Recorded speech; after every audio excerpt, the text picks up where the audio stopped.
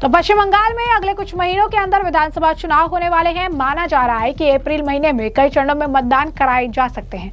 मुख्य विपक्षी दल भाजपा ने इसके लिए तैयारियां शुरू कर दी हैं, तो वहीं लगातार चौथी बार सत्ता में वापसी के लिए टीएमसी ने भी कमर कस ली है। ममता बनर्जी के भतीजे अभिषेक बनर्जी ने इसके लिए बड़ी तैयारी की है और वो एक महीने की अब यात्रा पर पूरा बंगाल ही मथने के प्लान में है और इसी की शुरुआत आज से भी हो गई। इस यात्रा में वो पूरे बंगाल के हर जिले तक जाएंगे। इस यात्रा के दौरान कई रोड शो होंगे तो कई जनसभाओं का आयोजन होगा। इस बीच अभिषेक बनर्जी के नेतृत्व में पार्टी बताएगी कि बीते 3 कार्यकालों में उन्होंने क्या किया और अब तक आगे क्या करने की तैयारी। खास तौर पर बांग्ला कार्ड पर टीएमसी फोकस करना चाहती है कि कैसे हमने बांग्ला संस्कृति, भाषा, पहचान की रक्षा की है। पार्टी के आंतरिक सूत्रों का कहना है कि टीएमसी की ओर से चुनाव को बांग्ला अस्मिता से जोड़ने की तैयारी है। अब इस बीच अभिषेक बनर्जी की इस यात्रा पर कांग्रेस नेता अधीर रंजन चौधरी ने जमकर निशाना साधा और ये कह दिया कि चुनाव प्रचार शुरू हो गया है, बंगाल में नौकरी नहीं है, लोग भटक रहे हैं। तब भतीजे को लगा कि इस बार एक यात्रा निकाले। ये लोगों को गुमराह करने की यात्रा है। बुआ की ताकत पर भतीजे इधर उधर घूमते हैं। वे कह दें कि बुआ नहीं है और मैं अकेले चलूंगा, तब आप उनकी ताकत देख पाएंगे। पीछे से बुआ है, बुआ के खिलाफ बंगाल में शिकायत है, इसलिए इस बार भतीजे को आगे बढ़ा दिया गया है। सुनिए क्या कुछ कह रहे हैं अधीर रंजन चौधरी। देखिए, ये चुनाव की प्रचार शुरू हो गया है। इसका मतलब ये है चुनाव प्रचार शुरू करने वाला है। और ये जो भतीजे जब चुनाव प्रचार करते हैं ना, उनके सारे जो इंतजामियात होते हैं, आम लोग खड़े खड़े भूखे पेट वही देखते रहते हैं। जब बंगाल में नौकरी नहीं है, कोई उद्योग नहीं है, जब बंगाल के लाखों की तादाद में प्रवासी मजदूरों भटक रहे हैं देश की कोने कोने में, तो भतीजा को लगा कि चलो इस बार एक यात्रा निकाले, लोगों को गुमराह करने की यात्रा। और ये भतीजे अकेले, इनके पीछे अगर फूफा न रहते ना, ये कहां छुप छुप कर रहते थे। ये बुआ की ताकत पे ही ये भतीजा लड़खड़ा इधर उधर घूमते हैं। वो कह दे कि बुआ नहीं है मेरे साथ, मैं अकेले चले, तो आप देख पाओगे उनका ताकत। पीछे से खुद बुआ है। बुआ के खिलाफ सारे बंगाल में काफी आक्रोश, शिकायत दर्ज होते रहते हैं। और बुआ देखा कि ठीक है, इस बार आगे कम से कम भतीजों को आगे बढ़ाओ। मेरे खिलाफ जो शिकायतें हैं, उस तरीके की शिकायतें भतीजे के खिलाफ नहीं हो सकते, तो चलो मेरे शिकायत की बजाय, मुझसे सीधे सवाल करने की बजाय उनको देखकर अगर लोग दया करें। तो जैसा कि हमने उनका बयान सुना, साथ ही साथ उनसे गौरव भाटिया के उस बयान पर भी सवाल पूछा गया जिसमें गौरव भाटिया ने प्रेस कॉन्फ्रेंस में अधीर रंजन चौधरी का जिक्र किया था। दरअसल गौरव भाटिया ने बयान दिया था जिसमें उन्होंने कहा था कि बंगाल में टीएमसी सिर्फ वोट चोरी नहीं करती है। उन्होंने यहाँ पे अधीर रंजन चौधरी का बयान कोट करते हुए कहा था कि अधीर रंजन चौधरी ने कहा कि बंगाल में टीएमसी सिर्फ वोट चोरी नहीं करती बल्कि वोटों की डकैती करती है। अगर ममता बनर्जी वोटों की लूट कर रही है और हम कह रही है कि वहां जंगल राज है, तो फिर ये इंडी गठबंधन एक साथ चुनाव क्यों लड़ रहा है। अधीर रंजन चौधरी ने इससे आगे कहते हैं कि ममता बनर्जी बंगाल में एसआईआर को लागू नहीं होने देंगे, जबकि एसआईआर एक कानूनी प्रक्रिया है। पश्चिम बंगाल में वोट चोरी नहीं बल्कि वोटों की डकैती हो रही है और ये सब ममता बनर्जी कर रही है। सुनिए क्या कहा तो गौरव भाटिया। आप सबको पता है, जितने राजनीतिक दल सांप्रदायिक राजनीति करते हैं, तुष्टीकरण की राजनीति करते हैं, वंशवाद से जो प्रेरणा लेते हैं, जो भ्रष्टाचारी थे, सब एक साथ आए थे। नाम दिया था इंडी अलायंस। INDI alliance. जनता ने कहा ये घमंडिया है, ये महाठगबंधन है, चुनाव हरवा दिया। लेकिन अब विरोधाभास देखिए, एक दूसरे के जानी दुश्मन बने हुए हैं। अधीर रंजन चौधरी जी कांग्रेस के सम्मानित नेता हैं, नेता प्रतिपक्ष रहे हैं। क्या कहते हैं? वो कहते हैं पश्चिम बंगाल में ममता बनर्जी वोट चोरी नहीं करती है, वोट डकैती करती है। मैं पुनः कहूंगा, राहुल गांधी तो वोट चोरी के बेबुनियाद आरोप लगाते हैं। अब इंडी अलायंस उनके ही साथी टीएमसी ममता बनर्जी, वो भी देश हित में कोई कार्य हो तो उससे नफरत करते हैं। कांग्रेस भी ऐसा ही करती है। दोनों में एक समानता और थी, आदरणीय प्रधानमंत्री श्री नरेंद्र मोदी जी को पानी पी पी कर कोसना, अब शब्द कहना। लेकिन अब देखिए क्या हो रहा है। अधीर रंजन चौधरी जी ने कहा, in Bengal TMC doesn't just steal votes, it commits vote dacoity. Vote चोरी नहीं, वोट डकैती होती है। अच्छा, तो अगर वोट डकैती ममता बनर्जी जी करती हैं, और हम तो कह ही रहे हैं जंगल राज है, तो ये इंडी अलायंस आपस में क्यों चुनाव साथ लड़ रहा था? और इस पे यहां नहीं रुकते हैं अधीर रंजन चौधरी जी, इससे आगे बढ़ते और कहते हैं, Mamata Banerjee will not allow SIR in Bengal. अब चिंता हो रही है।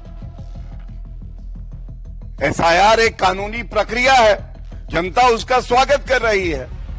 एसआईआर सुनिश्चित करता है कि नागरिक जो 18 साल से ऊपर है वो वोट दे, और घुसपैठिया एक वोट ना दे। तो दर्द होता है राहुल गांधी को। अब लेकिन अधीर रंजन चौधरी जी कह रहे हैं, Mamata Banerjee will not allow SIR. ये दूसरी बात हो गई। और साथ में फिर कहते हैं कि ममता बनर्जी और टीएमसी के नेताओं ने धमकी दी है कि अगर एसआईआर हुआ तो खून की नदियां बहा देंगे ये लोग। और विरोधी दल हो सकता है, नेता दूसरे दल का हो सकता है, लेकिन जो बात वो उजागर कर रहे हैं उस पे ध्यान आकर्षित करना चाहूंगा। इसका सारांश लब्बो-लवाब यही है कि एसआईआर कानूनी प्रक्रिया है, वोट चोरी नहीं वोट डकैती कहीं हो रही है तो वो पश्चिम बंगाल में ममता बनर्जी जी कर रही हैं। तो जैसे कि आपने गौरव भाटिया का बयान सुना, तो इसी मामले पर अधीर रंजन चौधरी का रिएक्शन भी सामने आया। उन्होंने किसी भी तरीके से भाटिया के बयान को गलत नहीं बताया, उल्टा ये कहा कि किस तरीके से, किस कॉन्टेस्ट में उन्होंने ये बयान दिया है, कैसे यहाँ पे अलग अलग चुनाव होते रहते हैं, किसी को लड़ने का मौका नहीं मिलता है, किस तरीके से लोगों की आवाज दबा दी जाती है, किसी को कुछ कहने नहीं दिया जाता है, हर सीट पर जो है किस तरीके से तृणमूल कांग्रेस जीतती है, कैसी गुंडागर्दी की जाती है, राज्य में किस तरीके का माहौल है, तृणमूल कांग्रेस कैसे जीत जाती है। और इसी कॉन्टेस्ट में जो है उन्होंने जो है कहा था कि बंगाल में वोट चोरी नहीं वोटों की डकैती होती है। सुनिए क्या कुछ कहना है अधीर रंजन चौधरी का। देखिए, दो बातें हैं इसमें। बंगाल में और सारा चुनाव होते हैं, पंचायत चुनाव, नगरपालिका चुनाव, स्कूल की चुनाव, कॉलेज की चुनाव, समवाय की चुनाव, मतलब कोऑपरेटिव की चुनाव। कोई चुनाव में विपक्ष खड़ा नहीं हो पाते। पंचायत चुनाव में नामांकन नहीं भरने दिया जाते।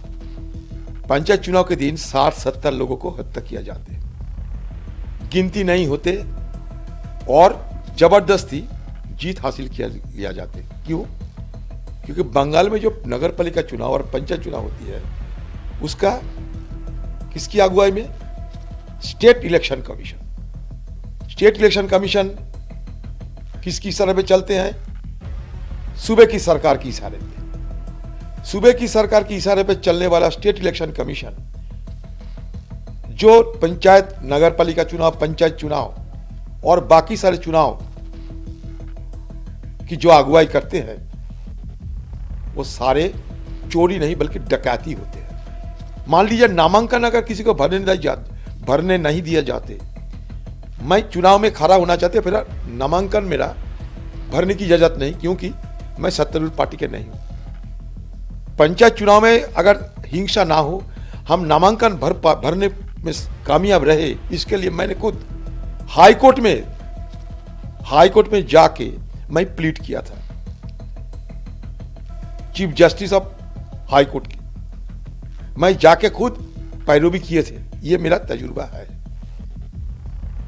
और किसी को नामांकन भरने नहीं दिए गए। पुलिस बल चुप्पे साधी, प्रशासन चुप्पी साधी और धड़ल्ले से सारे सीटों पे जीत हासिल करते हैं टीएमसी पार्टी।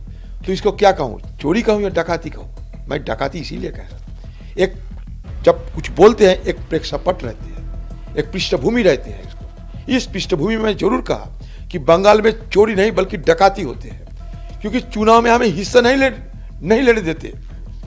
आप चुनाव में वोट देने जाते हैं, आपका वोट किसी दूसरे को दे दिया, दूसरे ने दे देते हैं। अगर आप जाओगे किसके सामने आप अपना शिकायत दर्ज करोगे? डर की मारे वापस चले आते।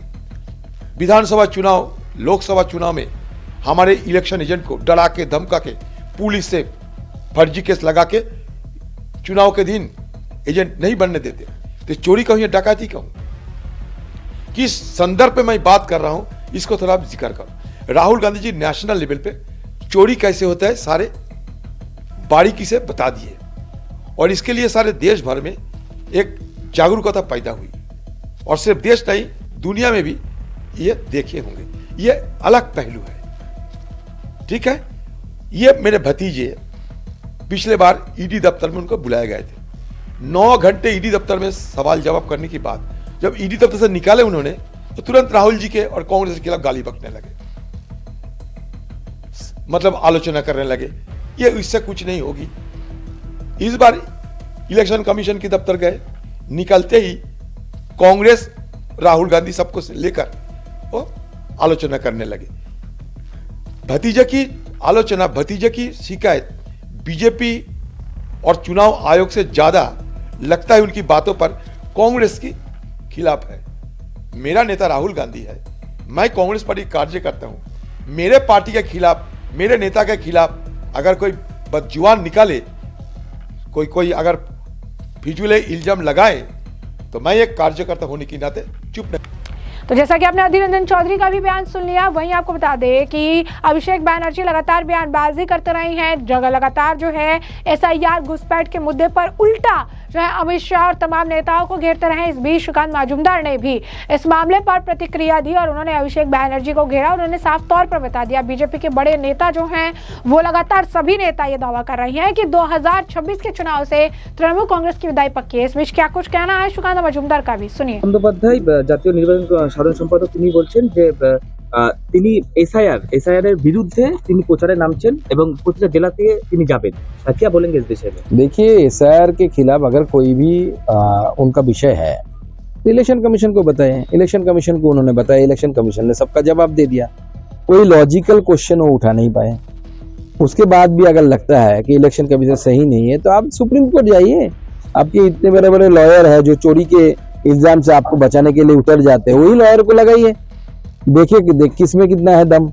आपके पास कानूनन काम कौन कर रहा है? इलेक्शन कमीशन कर रहा है या दूसरा कर रहा है? इलेक्शन कमीशन का ड्यूटी है कि भारत के जो नागरिक है वही वोट देंगे, उसी की व्यवस्था करना। মমতা বন্দ্যোপাধ্যায় বলছেন এআই সক্ষম কেলেঙ্কারি বলে মমতা বন্দ্যোপাধ্যায় বলছেন। বৈধ ভোটারদের নাম বাদ দিলে ঘেরাও হবে, ইসি সতর্ক করলেন মমতা। क्या बोलेंगे? देखिए, ये तो नया चीज कोई नहीं। ममता बनर्जी हमेशा ही संवैधानिक सारे संस्थाओं के खिलाफ और ऐसे ही करते हैं। संविधान के ऊपर है वो कॉन्स्टिट्यूशन के अबव द कॉन्स्टिट्यूशन है ममता बनर्जी। हम लोग तो नहीं है, हम लोग कॉन्स्टिट्यूशन के अंदर है। इलेक्शन कमीशन का काम जो कॉन्स्टिट्यूशन कह रहा है वही इलेक्शन कमीशन कर रहा है। अगर आपको आपत्ति है तो आप केस करिए, आप जाइए कोर्ट में जाके प्रूव करिए। एआई तो आज हर काम में यूज होता है, तो एआई क्यों नहीं यूज होगा? और हर चीज में एआई यूज होता है आज के युग में। বাঙালি ও অভিবাসীদের উপর হামলার বিষয়ে প্রধানমন্ত্রীর সাথে দেখা করলেন কংগ্রেস নেতা অধীর চন্দ্র চৌধুরী। क्या बोलेंगे? देखिए, किस लिए मिलने के लिए गए, बाहर क्या बोल रहे, अंदर क्या बोल रहे, वो थोड़ा जानकारी ले लीजिए। अंदर एक बोल रहे, बाहर जाके और कुछ बोल रहे हैं, ये क्या देखना चाहिए। तो जैसे कि आपने श्रीकांत मजूमदार का भी बयान सुन लिया और हमने आपको जो पूरा मामला है ये बड़ा विस्तार से बताया है कि पूरा मामला क्या है। तमाम नेताओं के आपने बयान सुने हैं।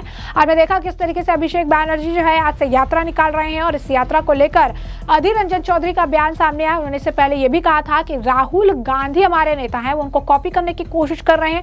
अभी भी आपने सुना कि अधीर रंजन चौधरी ने कहा है कि राहुल गांधी हमारे नेता है।